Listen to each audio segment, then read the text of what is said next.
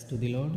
ఈరోజు దేవుడు మనకి ఇచ్చినటువంటి వాగ్దానం ఏంటంటే కీర్తన గ్రంథము 111వ కీర్తన 5వ వచనం. తన యందు భయభక్తులు గల వారికి ఆయన ఆహారం ఇచ్చి ఉన్నాడు. ఆమేన్.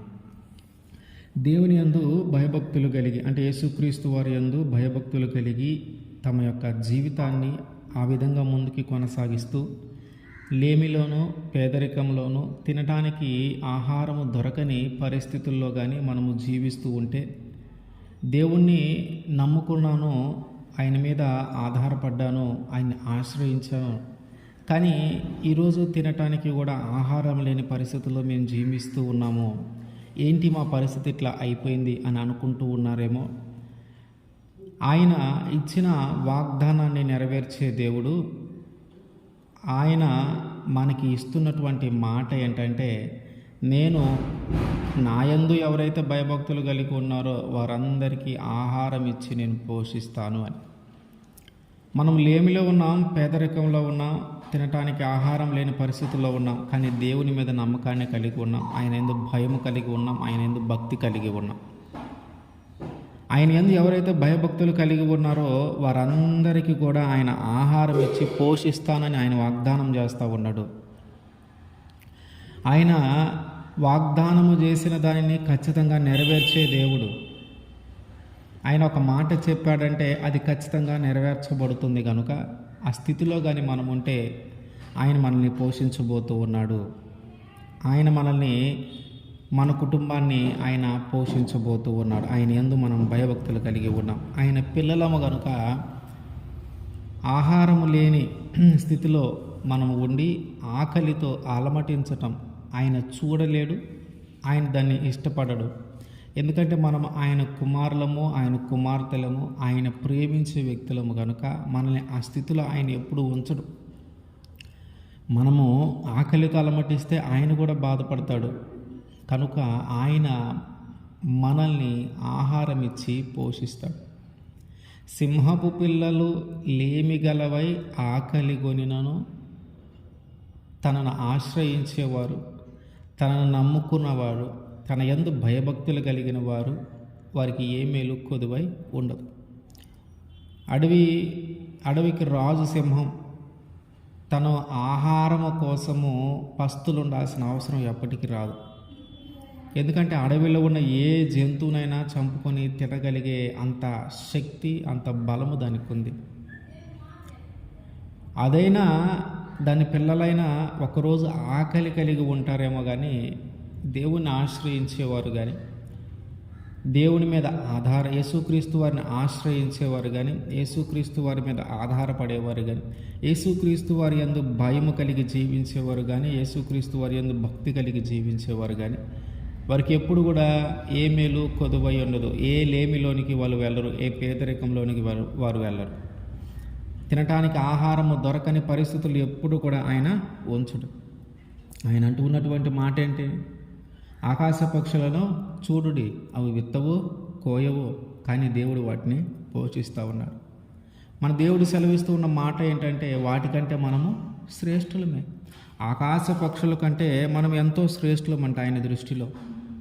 వాటినే పోషిస్తున్నటువంటి దేవుడు వాటికంటే శ్రేష్టమైన మనల్ని మరి ఎక్కువగా పోషిస్తాడు. వాటికి ఆహారం ఇచ్చినటువంటి దేవుడు మరి ఎక్కువగా మనకి ఆహారాన్ని దయచేయగలడు. ఇజ్రాయేలు ప్రజల్ని ఐగుప్తు దేశం నుండి కానాను దేశానికి నడిపించే సమయంలో ఆహారం లేక అలమటిస్తున్నటువంటి ఆ సమయంలో దేవుడు వారికి ఒక ప్రత్యేకమైన ఆహారాన్ని ఏర్పాటు చేశాడు. ఎంతమందికి? ఒకరికా, ఇద్దరికా అంటే కొన్ని లక్షల మందికి ఒక ప్రత్యేకమైన ఆహారము, వారు మునుపెన్నడూ తినని ఆహారము, ఇక ఎన్నడూ దొరకబోని ఆహారము దేవుడు వారి కొరకు ప్రత్యేకంగా ఏర్పాటు చేశాడు. దాని పేరే మన్నా. వారు నడిపించబడుతూ ఉన్నప్పుడు మధ్యలో ఆహారం అయిపోయింది. ఆ తినటానికి కొన్ని లక్షల మందికి ఎక్కడి నుంచి ఆహారం దొరుకుతుంది? ఏ అడవి ప్రాంతంలోనైనా. అంతమంది తినటానికైనా త్రాగటానికైనా నీళ్ళు చాలా ఎక్కువగానే కావాలి, ఆహారము చాలా ఎక్కువగానే కావాలి. వారు ఇక మాకు నీళ్లు దొరకట్లేదంటే నీళ్ళు ఇచ్చాడు. ఆహారం లేదు, తినటానికి తిండి లేదు, తినటానికి ఆహారం లేదు. ఇక మేము ఆకలితో అలమటించి చనిపోయేలాగా ఉన్నాము. దీనికంటే మేము ఐగుప్తు దేశంలో ఉంటే బాగుండేది కదా, అక్కడైతే కనీసం తినేవాళ్ళము. సరే, శ్రమలు బాధలు అంటే అనుభవించే వాళ్ళం, కనీసం తినటానికైనా తిండి దొరికేది. ఇక్కడికి వచ్చేలాగా తినటానికి తిండి కూడా లేదు అని వాళ్ళు బాధపడుతూ ఉన్నారు. వారు విచారిస్తూ ఉన్నారు, దేవుడి మీద సొనుగుతూ ఉన్నారు. అటువంటి ప్రజలకు వారు ఎప్పుడూ ఎరుగని ఒక ప్రత్యేకమైన ఆహారాన్ని ఆయన ఏర్పాటు చేశాడు. వారు అక్కడి నుంచి కానాను దేశ సరిహద్దులకు వెళ్ళే వరకు ఆ మన్నాను తింటూనే ఉన్నారు. అంటే అన్ని లక్షల మందికి ఆహారం ఇచ్చి పోషించిన దేవుడు మనల్ని పోషించటం ఆయనకి భారం అవుతుందా? మనకి ఆహారం ఇవ్వటం ఆయనకి కష్టమవుతుందా? ఇజ్రాయేలీల ప్రజలు ఆ రోజు ఏ దేవుడినైతే పూజించి ఏ దేవుని యందు భయభక్తులు కలిగి ఉన్నారో అదే దేవుని మనం పూజిస్తూ ఉన్నాం. అదే దేవుని యందు మనము భయభక్తులు కలిగి ఉన్నాం. వారికి ఏ దేవుడైతే ఒక ప్రత్యేకమైన ఆహారాన్ని ఇచ్చి వారిని పోషించాడో అదే దేవుడు మనకి కూడా ఆహారం ఇచ్చి మనల్ని పోషిస్తాడు. ఆయన ఎందుకు భయభక్తులు కలిగిన వారందరికీ కొన్ని లక్షల్లో ఉన్నారు ప్రజలు. ఒకరినిద్దరు పోషించడం కాదు, లక్షల మంది ప్రజలను పోషించాడు ఆయన. సుమారుగా 40 సంవత్సరాలు పోషించాడు. వారు ఏ పని చేయలే. వాళ్ళు విత్తల కోయల, వ్యవసాయం చేయల, ఏ పని చేయకుండానే వాళ్ళు పోషింపబడ్డారు.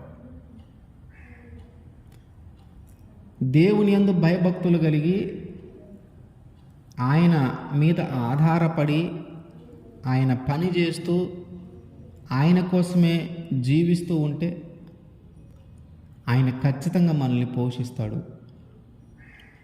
ఆయన పిల్లలు తక్కువగా ఉండడం ఆయనకి ఇష్టం లేదు. ఆయన పిల్లలు అప్పులు చేయటం ఆయనకి ఇష్టం లేదు.